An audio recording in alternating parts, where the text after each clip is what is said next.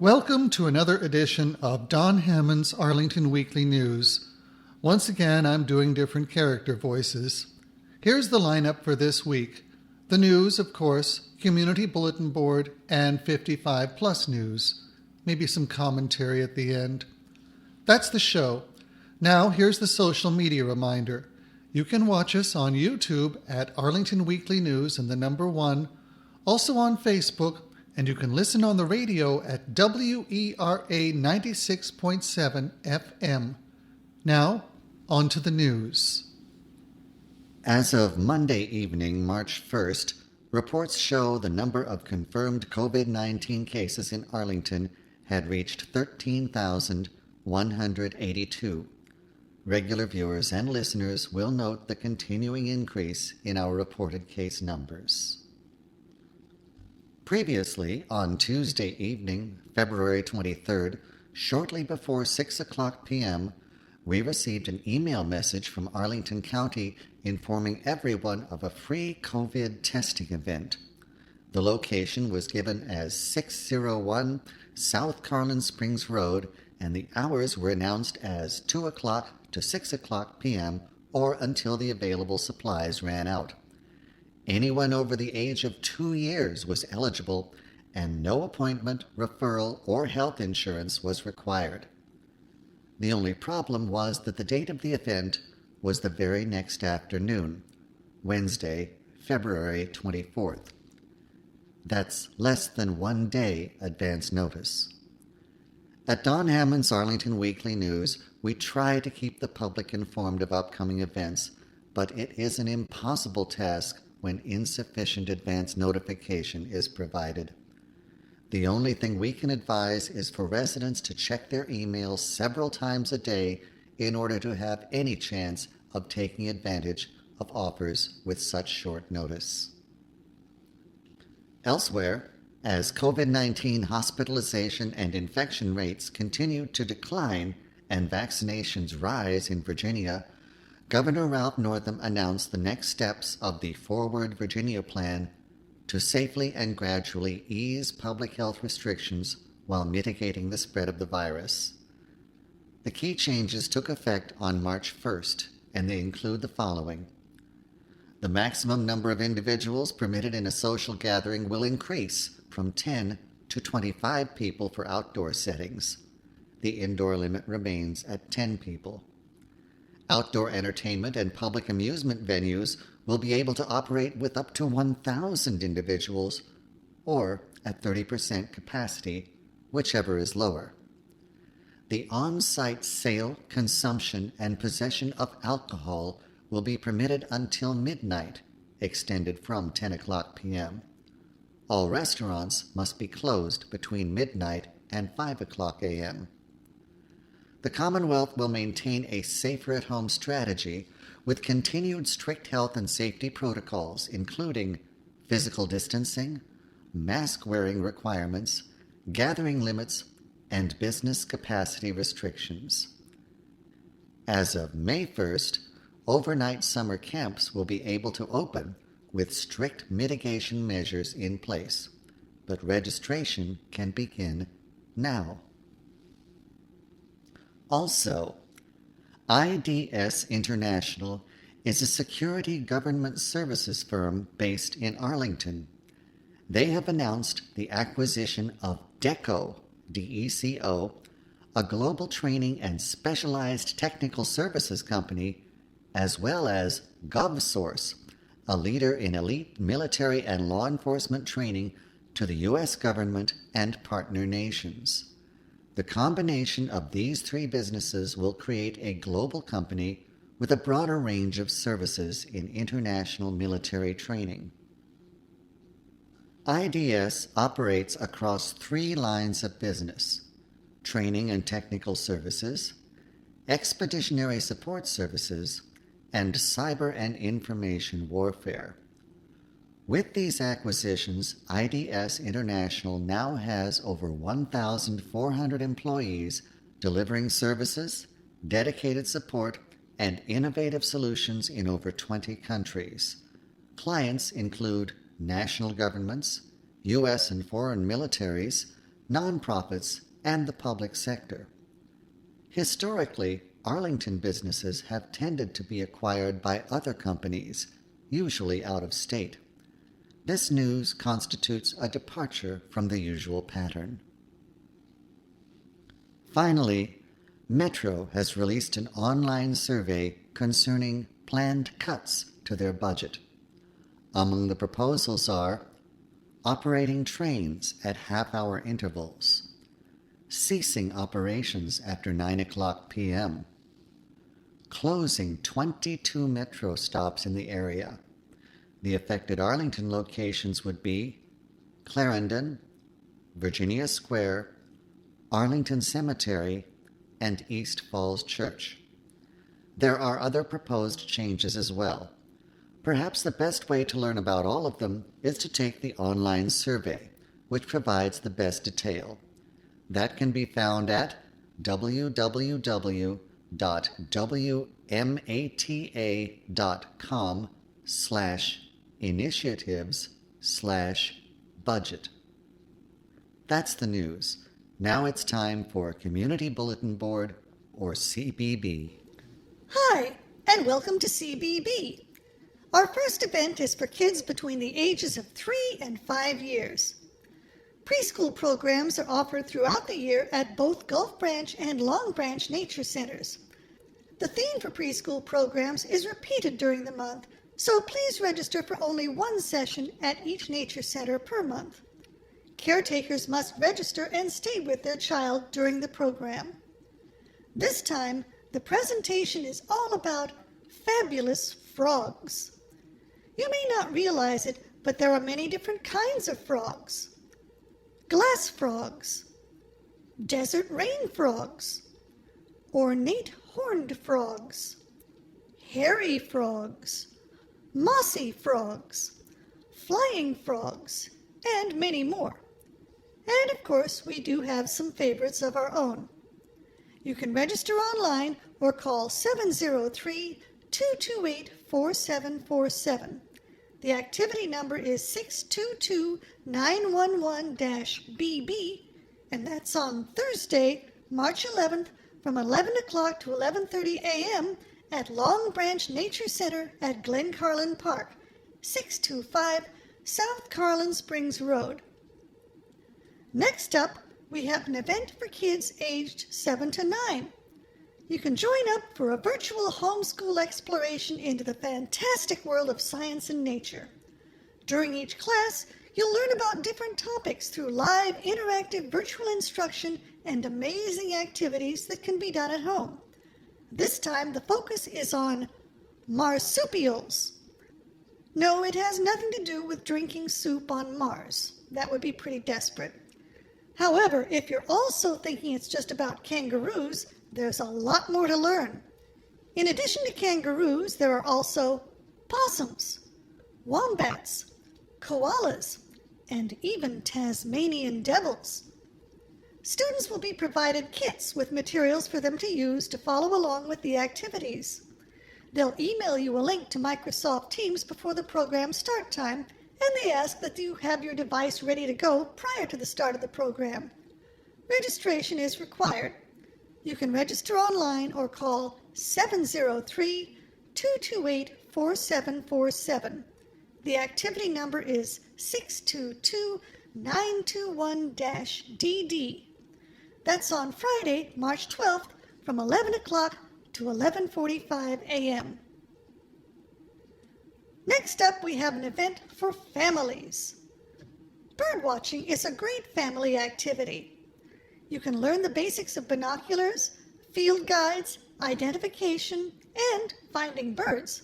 That's always handy. Then you'll get a little birding practice around the Nature Center. Some loaner binoculars will even be available. You'll need to register children and adults since children must be accompanied by a registered adult. For information, call 703-228-6535. You can register online or call 703-228-4747. That's activity number 622951-EE, and it's coming up on Saturday, March 13th from 9 o'clock to 10 o'clock a.m.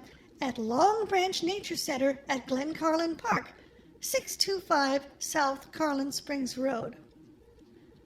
Finally, Rec at Home presents free daily virtual activities geared for preschool and elementary audiences aged 3 to 10. They specialize in providing exciting activities based on a fun monthly theme.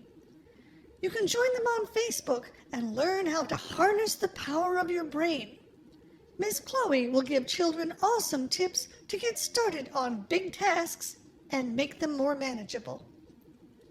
That's on Tuesday, March 16th from 3 o'clock to 3:15 p.m. Now it's time for 55 Plus News. Howdy, and welcome to 55 Plus News. This first event is called It's Never Too Late for Love. Philip Finkelstein will discuss his new novel, Love Always, inspired by the true story of an elderly widow and widower. This novel shows that you are never too old for love and adventure. Love Always is lighthearted, funny, and full of positivity and hope. Just what so many of us need in these times. You can register online or call 703-228-4747, and that's activity number 913-400-05.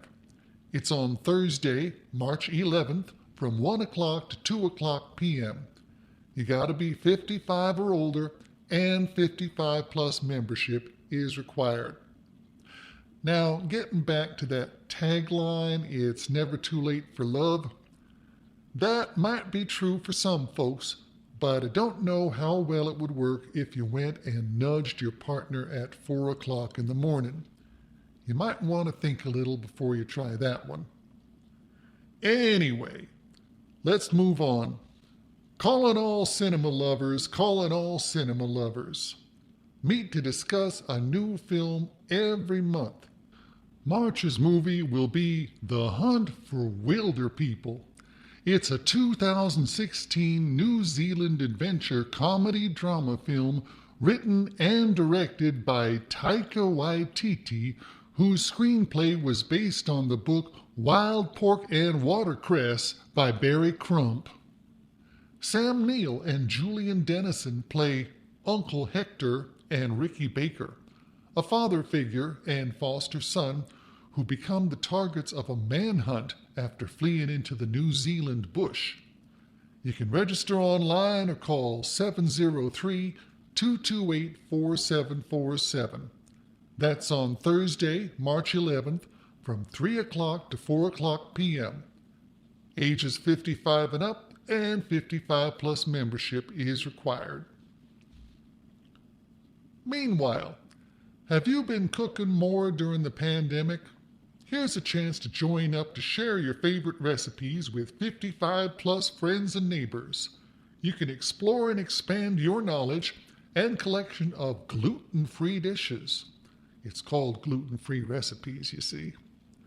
You can register online or call 703-228-4747. And that's activity number 913-501-8. It's coming up on Friday, March 12th from 3 o'clock to 4 o'clock p.m. Ages 55 and up and 55 plus membership required. Finally, tips and strategies for re-entering the workforce after a career break. Are you thinking about re-entering the workforce but you're not sure where to start? You can learn about the rapidly changing landscape of work, both environment and workforce, as well as the top challenges re-entry professionals face and the ways to address them. You'll also learn about useful online resources to help you explore careers and update or maintain your skills, effective job search strategies for professionals like you, and many other tips for successful re-entry. The goal is for you to leave this webinar energized and confident to begin your job search. The presenter will be Ms. Sheila Murphy. Now, Ms. Murphy is the co-founder of Flex Professionals, a firm that matches experienced professionals seeking meaningful part-time employment with growing businesses in need of top talent. Sheila is a career re-entry expert, work flexibility advocate, and seasoned speaker and trainer on a variety of job search and career development topics. That's on Tuesday, March 16th from 3 o'clock to 4 o'clock p.m. And you can register through the library website.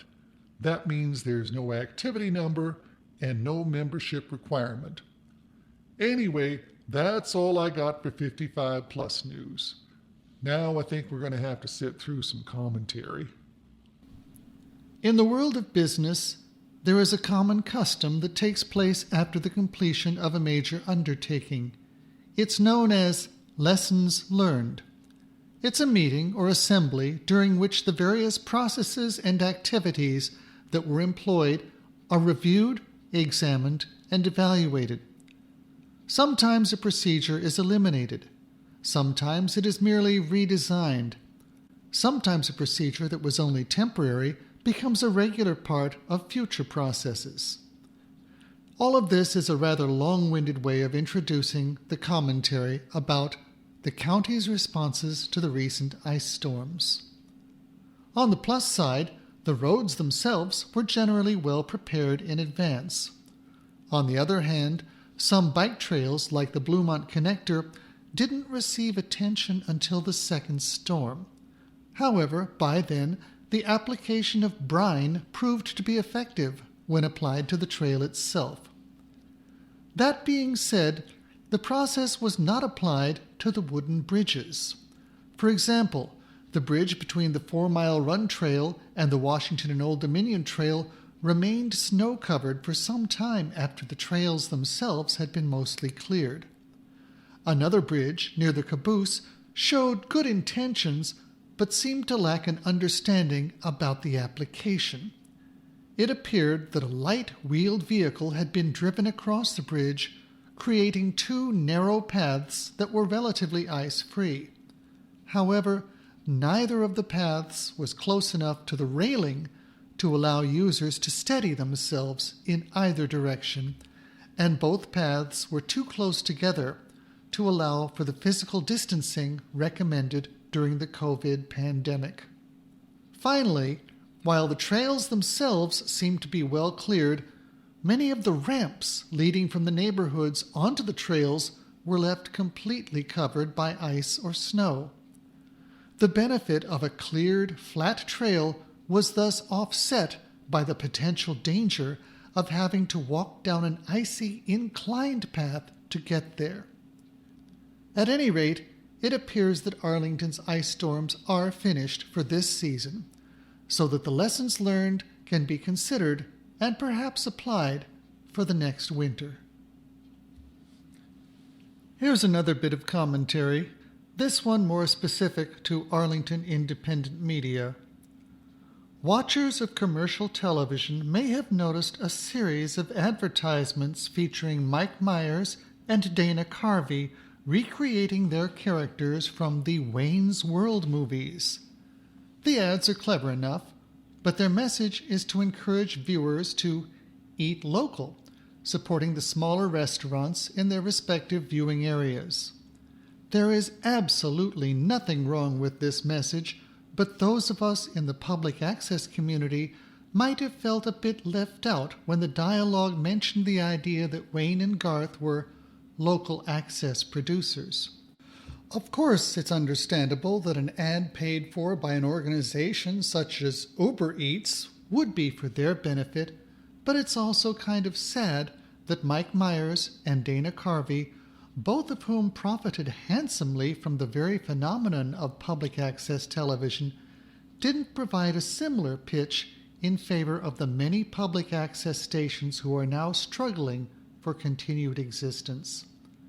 Some of us in the public access community, faced with recent years of cascading budget reductions, can't help suspecting that Mike and Dana, along with the others who profited so handsomely from the Wayne's World movies, could at least afford to toss a few crumbs our way.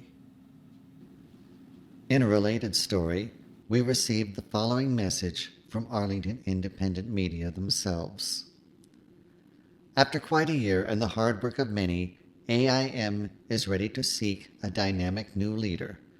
The board is pleased to launch our search for an executive director.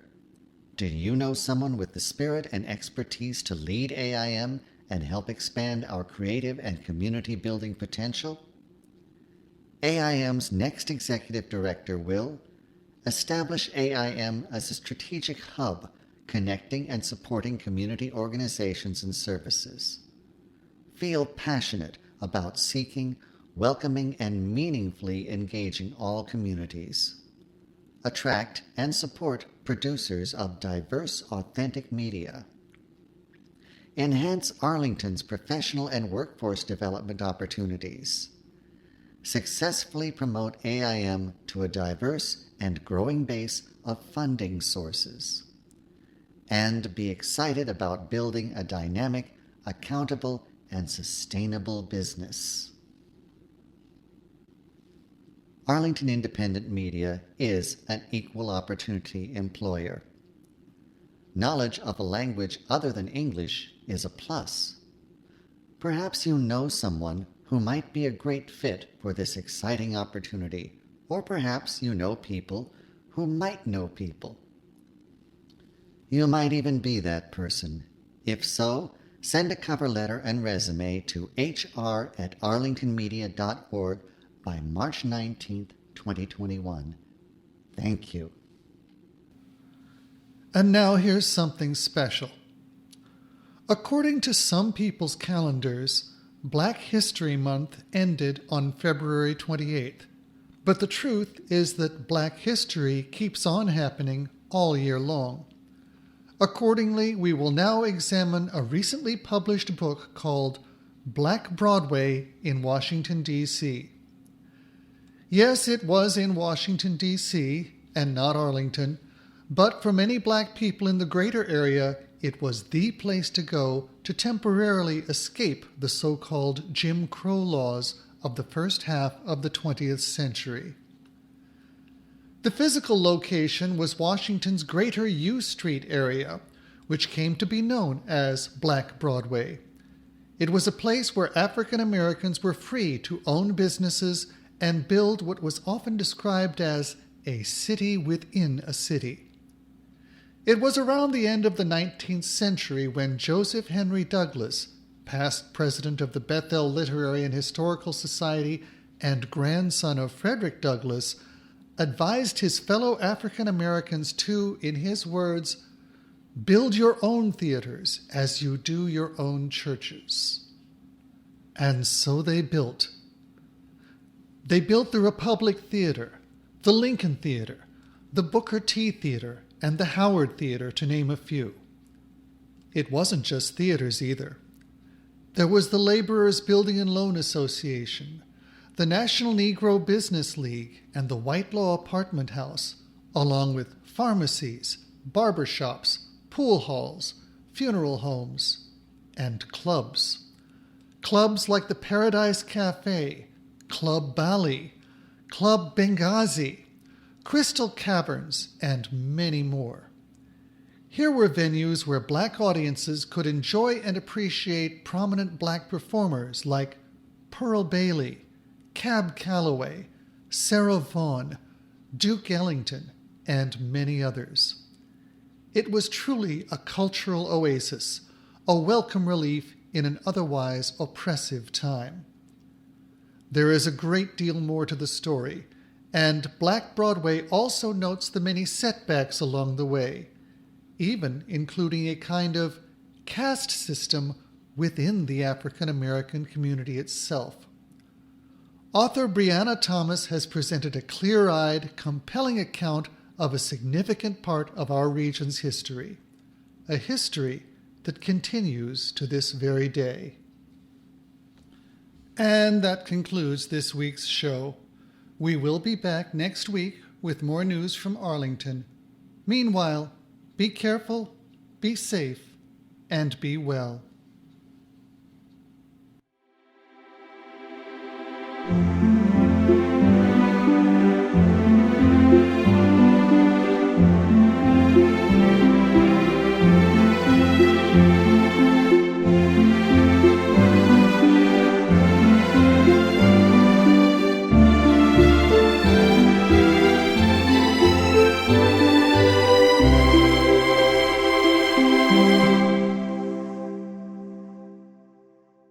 Arlington County issued an advisory on Thursday, February 25th, to avoid 4 Mile Run stream downstream of South Arlington Ridge Road. The advisory was issued following a sewage release due to an emergency utility repair at the county's water pollution control plant. As of the most recent message, crews were on site working to repair this issue. Currently, South Glebe Road between South Arlington Ridge Road and South East Street is open following a temporary closure. An estimated completion time for the repair is unknown at this time. As a precaution, the public is advised to stay away from the affected water and to keep pets away until further notice. The public is reminded that stream water can contain microorganisms that can make people sick, whether the stream is located in an urban area or in the middle of a forest. Even after the discharge is naturally flushed from the streams, the county's normal precautions for safe use of streams apply. You can find information and safety tips on Arlington streams, including information on reporting stream pollution incidents, on the Department of Environmental Services website.